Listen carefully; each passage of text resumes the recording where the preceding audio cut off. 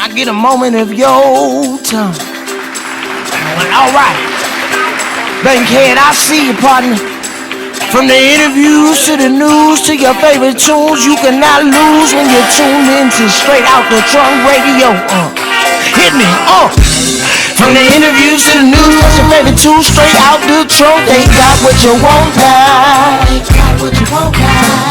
Get your body to go to sleep, and when you brush your teeth, when you first wake up, turn your radio up. Straight out the trunk now. Straight out the trunk, You are now listening to Straight Out the Trunk. Put your seat back, turn your radio up. Straight out the trunk. You are now tuned in and you're rocking with the best. Straight out the trunk. Everybody tuned in, let me hear you say Straight out the trunk. Straight out the trunk. Straight out the trunk. Straight out the trunk. Straight out the trunk. Straight out the trunk. Straight out the trunk. Straight out the trunk. Straight out the trunk. What it do, what it do, what it do? It's your boy Bankhead, the name Straight Out the Trunk Radio. Make sure you follow us, SODTR_. Make sure you follow me personally, Bankhead _ the name. Today we got another dope-ass interview with another dope-ass entrepreneur today. You know, we ain't doing artists today or nothing like that. Who's producer, we doing straight entrepreneurship. Black-owned, female entrepreneurship, straight from the dome, straight from South Central LA. You feel me? We got Miss Daisy in the house. How you doing? Hey. So I'm doing well. How are you? Pretty good. Awesome sauce. Appreciate you for pulling up today. Yeah, it wasn't too bad of a drive. It's not. It wasn't far at all. Since these riots and the protests going on, traffic been kind of a little light, you know? Yeah, for sure. But I stay right up the hill, Slauson and West, so. Oh, you right there? Yeah. All right, yeah. I'm from the valley, so I travel. So. Okay, and I'm not geographically inclined, so I still use GPS, but you know, don't judge me. Oh, same. But I appreciate you for pulling up. How was your weekend, your past weekend? So far, so great. I work from home, so I don't really stress too much about traffic or going into the office and making eye conversation at the water fountain. So. I understand. Okay. Ladies and gentlemen, Daisy owns Daisy's Black LA Food Tours. It's a eat, it's a vibe. I'm going to give you an introduction of who Miss Daisy is. Because once y'all go on her tour, go on see her Instagram, you're going to want to sign up instantly. Because I seen the Eventbrite link, sold out. Sold out. So I'm going to give you a little rundown of who Miss Daisy is. You dig? Daisy Food Tours takes you on a delicious journey through Los Angeles, exploring the best, primarily black-owned restaurants, all while vibing on a party bus or journeying on foot. Get that exercise in, walk off that food you're just going to eat. You know, enjoy curated tastings, meet the chefs, and experience great food, music, community. Come hungry and you're going to leave happy. Period. This is Daisy's Black LA Food Tours. Yeah. Where does this come from? Where does this come from? This is a party bus, and you going like designated drinking, designated driver, Absolutely. got food. Like that's what we need. That's like what? Absolutely. That's like a birthday party dream. What? Oh yeah, a lot of people celebrate their birthdays on the tour for sure. I don't know. So, my major in undergrad is African American Studies. Yes. So I always like putting on during Black History Month specifically. So every year, my friends suggested I do a fact a day during Black History Month of a Black influential person. So I moved to Texas, was there 6 years, moved to Mexico, was there a little under a year. And then when I moved back to LA, I was like, what do I want to do for Black History Month this month? So I was like, I'm going to cover the restaurants, the Black restaurants in the city. So I went to Serving Spoon, got an interview, did them, and then I was like, this year, I'm like, I want to do more than just. Sorry. Oh, that's all good. They just closing shop. So I'm like, I want to do more than just highlight restaurants. Like I want to actually give back, and I'm not balling. So I came up with Black LA Food Tour specifically for Black History Month, and it took off, and I've been doing it since February. Of this year. Yes, sir. Oh man, and it's been growing. It's been growing. It's been sold out.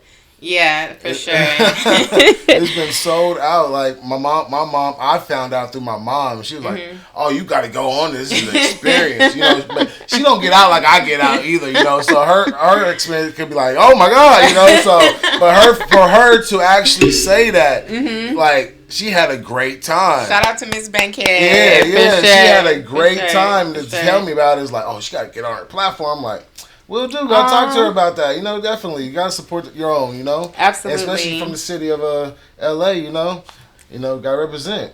Yeah, absolutely. Like, when did you figure out your, like, love for food?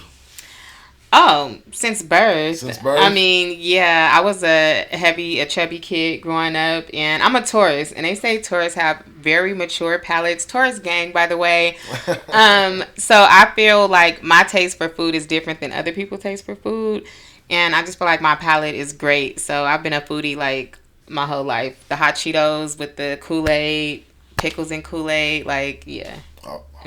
Hot Cheetos and cream cheese. Fire. Okay. Absolutely. My sister Yes. put me on sugar toast.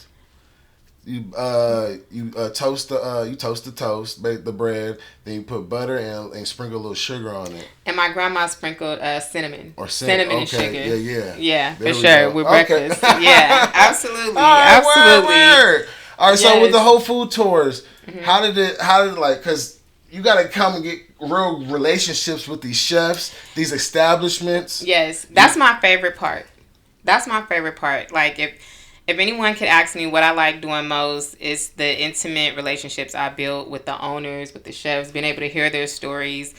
Like, if you go buy a soul food plate from any soul food restaurant, you don't really know the journey or the story behind it. I mean, you might see old family pictures, but you don't know that they barely made it through the pandemic. You don't know that they're struggling right now and they're selling out, or it's just so much that you don't know the stories behind that. I think that's what make my tour a little different, the intimacy you get with the chefs and owners. And does the chef owners share those stories with your customers so they can understand? Absolutely. This shit ain't cheap. So, right. This is why we charge $30 a plate or whatever. That's my most favorite part. They'll come on the bus. They'll give a 2 to 3 minute spiel. Some go over, some go under. Some are shy. Like, you would never know. They're on camera every day promoting their business, but they're actually shy when it comes to people or relations. They'll come say, hey, thanks for coming, come back. And that's it. Others, I came up with this idea in a prison cell. Thank you for supporting. And, like, it gets deep. And then, some is just a high and by. But regardless, I do ask for a representative to come on the bus and greet the guests. Oh, nice. For sure. Oh, I can see. You said prison cell. I was like, huh? You gonna do this tour with inmates? That'd be fire. On everything. Freedom until we free them. Real deal. No, that's I like that. So do you have a relationship with the tour bus, like, driver, like, company? Yes, as well? Black owned company. Everything's black owned. Absolutely. Well, not everything. So that's why I'm really, really particular when I say primarily black owned, because we do patronize other businesses, other communities. Shout out to Craven's Kitchen and Creamery. They're Hispanic owned, brown owned. The Very Best Cookie, Kirsten, she's a white female. She's phenomenal. It's literally the best Rice Krispie treat I ever had in my life. And like I said, well, I didn't say this, but if it's good to me, I want my guests to try it. So, like I said, it was the best Rice Krispie. So I'm like, oh no, my guests have to try this. Like, but I do try to predominantly go to black-owned establishments. So each tour is between 5 to 7 places. At least 5 or 6 of those places are going to be black-owned, and then maybe 1 or 2 non-black.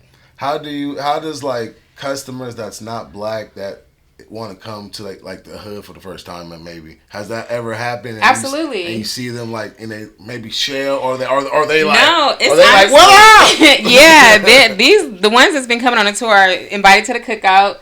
Don't hold it against me. Okay. That's good. They got good vibes. They know what's up. They know what's up. They vibe out. They're hella cool. I've had a few non-black influencers. They don't act all uppity. Some influencers act like they're celebrity. Don't touch me. Don't talk to me. And they're like hella cool. So they're great. When you do the foot journey versus the bus, like, do you still try to reach 5 to 7 establishments on foot? Yes. Yes, each tour, because I want people to feel like they're getting their money worth. So each tour, like I just did a Crenshaw crawl. We hit the Crenshaw area, the Leimert Park area, and that was like 5 stops, maybe 6, 5 to 6 different stops. Oh, yeah. Wagwan fire. I do a podcast class at Inglewood School District, and one of the teachers. Not one of the teachers, one of the students, her auntie owns that spot. So she like, shout out to KK. One summer, she gave us a menu. Like, y'all better go to my auntie's spot. Me and Kevin Nash was like, huh? We was like, oh, look good. Then Kevin went. He's like, you better go. It's fire. I was like, yeah, it's good. Yeah. Them beef patties, the jerk sauce. Yes, I've stopped just for a side of jerk chicken. Like, yeah, beef patties and jerk sauce. Seriously, good to go. And you have to try the curry chicken patties. Okay. Don't sleep on them. Curry. I'm not a big curry fan though. I'm a jerking some chicken. Jerk is fire. All right. Have you traveled outside of LA to experience other food like cultures? Totally. I just got back from Ghana in May. Oh, it's still May. No, it's not May. It's June. Okay. I just got back from Ghana last month, and I did record some of my food journeys there. But I definitely want to take it across state lines, across city lines, across country lines. Like, I want to be the face of Black food tours in every major metropolitan city.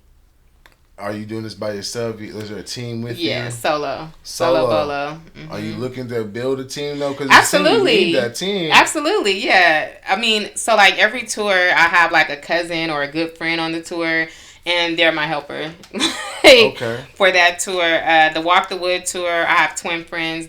One lives in Inglewood, so it was like easy for her. So what they did was went to the restaurants before we arrived, and they made sure everything was ready and displayed correctly and ready to serve. So yeah, I do have friends and family that help, but as far as going to speak to the restaurants, money, booking, buses, that's a one-woman show. All right, I love that. Yeah. Daisy, LA food tours, you know. But all right, let's rewind everything, you know. Early South Central. Like, I love that. You first time on the show. I always ask my guests this question: Who had a better playlist growing up, your mom or your pops, grandma, uncle? Ooh, definitely mom. Mom, what was mom's bumping? Oldies, for sure, okay. For sure. So my mom's from Watts, born and raised. My dad is from Indiana, Indianapolis. So notice she's. Well, he's a Pacers fan. Fan. Yeah, okay. Yes. But when he came to LA, it was all LA. Like Lakers, he's leaving Indiana. But yeah, so my mom had more music that we could relate to. But my dad loved her music as well. It wasn't like, get that out of here. But yeah, definitely. I'm a oldies fan to this day. Like, I would prefer oldies over anything. Well, so give us like a description. Can you describe a young Daisy in like 3 words? Like, what was your high school like? Your high school like? Middle school like?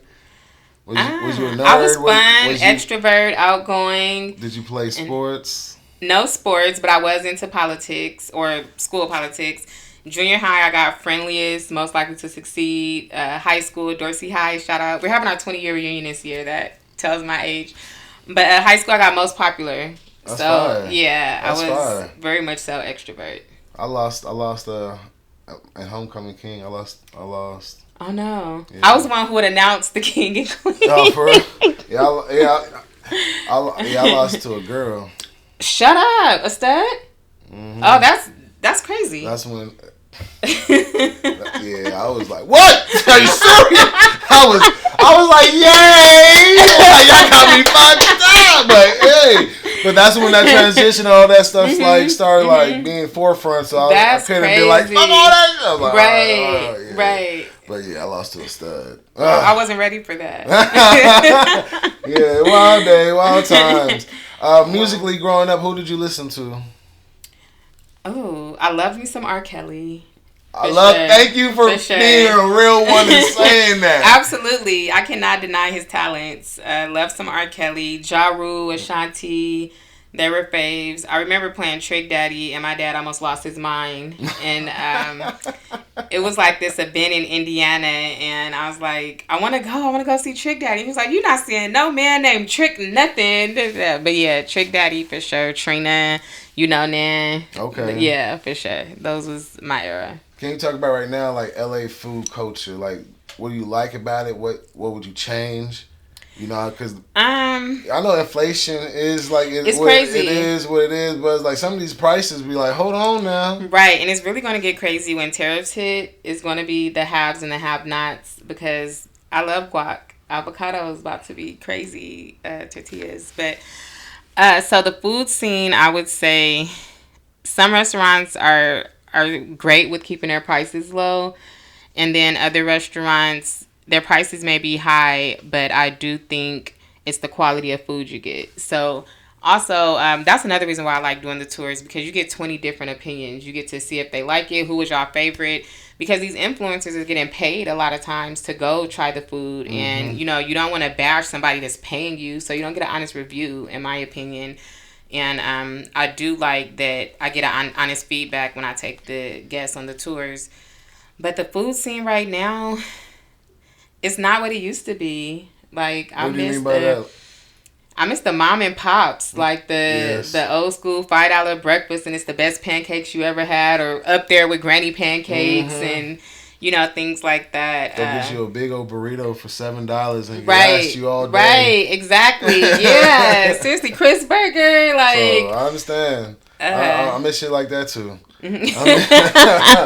All these prices be going up. Like, come on, bro. What's going on? Right. But it's dope to see right now, though, all these new black-owned establishments like Taco Bell, Fry Guys. There's a gourmet kitchen or gourmet cafe or somebody. It's multiple. But I remember them probably like 2014. They was all had they had an event probably at a park. And it was everybody. It was like Taco Bell and all the Fry Guys, and they was just, and somebody had some pudding.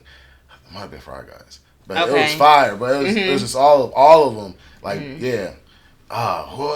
what's his name? All Flavors No Grease was there. So you know, Chef Blue, Chef Court Blue, Cafe, yes, they was all there, and it was just, this is when they first started out. You know, and I was probably like 3 years in of doing this whole radio media stuff. So so when I seen them, I was like, let me go interview them on everything. That's dope. That's dope. I gotta find that footage. Such a beauty to see, like, their growth and where they started and where they came from. It's admirable, for sure. For sure. Yeah. Just seeing how Taco Bell grew from how he bossed up and expanded his business and elevated. All of them, how they all joined together too and created a business on everything. You know? That collab was fire. So I understand that's sure. That's amazing to see the growth in the black entrepreneurship in LA with the food culture, because food culture, I ain't gonna say it came out of nowhere, but since social media took off and everybody every time you scroll down, every other post is like somebody eating some food or showing off some place, like, you need to go here. I'm like, I'll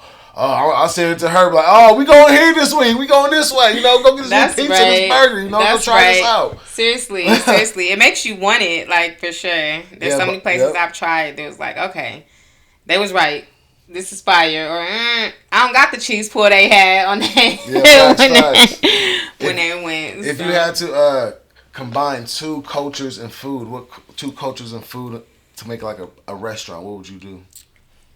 Hands down, Jamaican. Okay. I love me some ox, and I would probably say Indian, because I love curry. For sure, you and curry.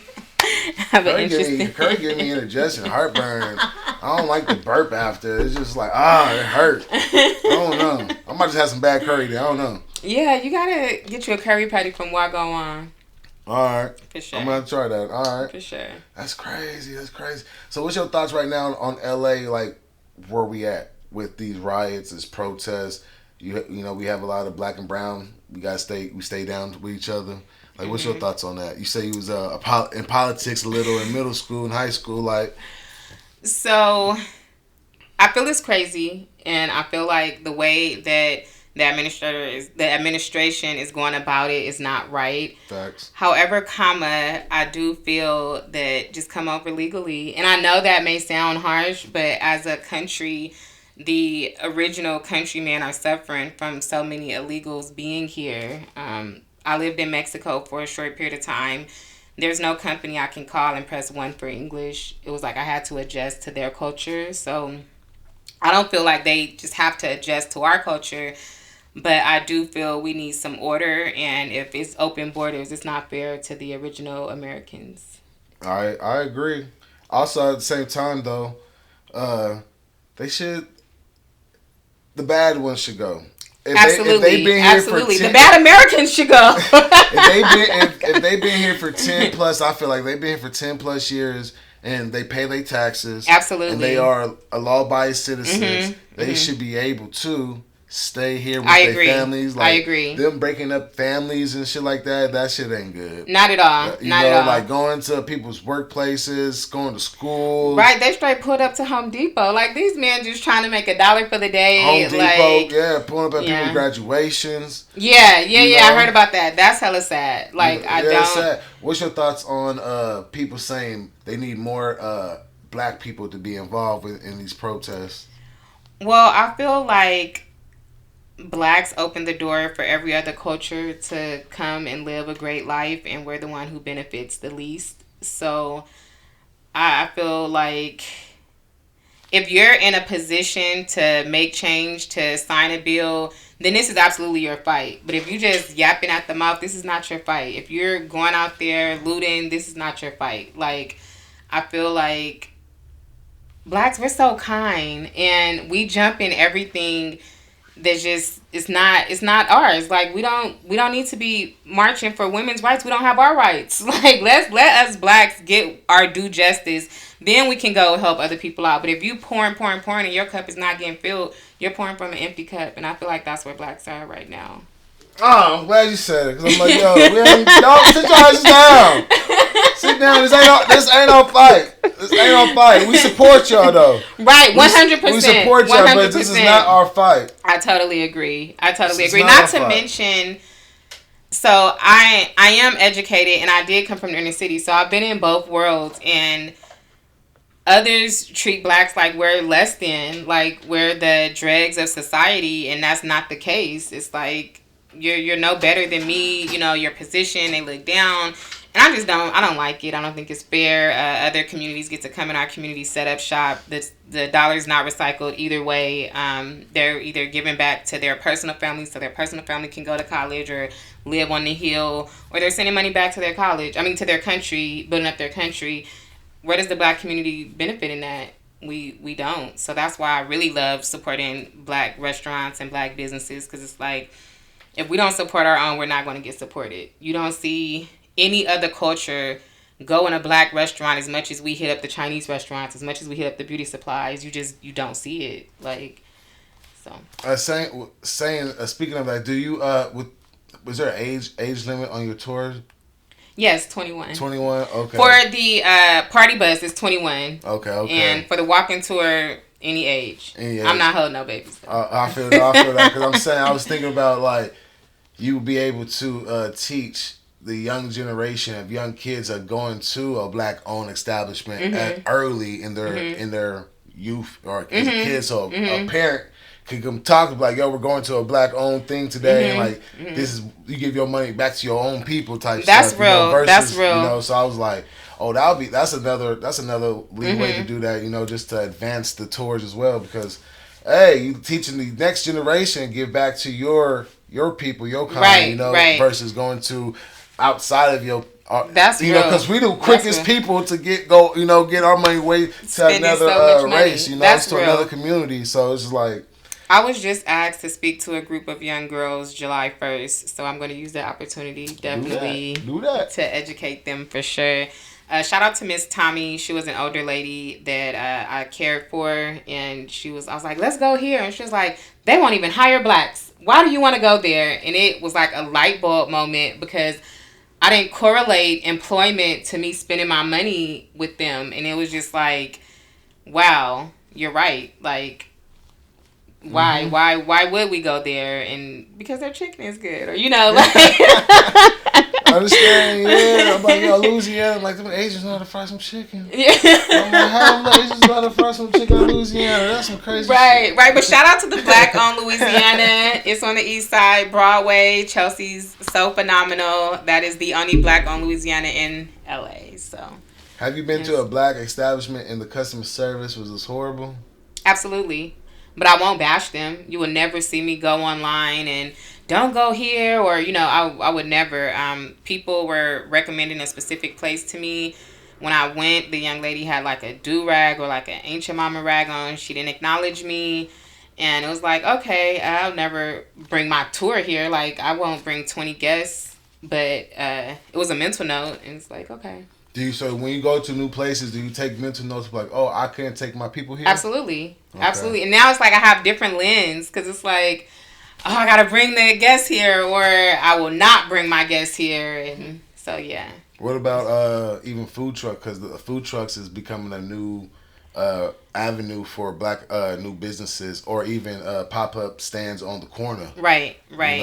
I love food trucks. Are you bringing those? Are you gonna bring your groups to those establishments? Absolutely. As well? We patronize Nacho Taco. Oh yeah, he's fire. I love the enchilada tacos.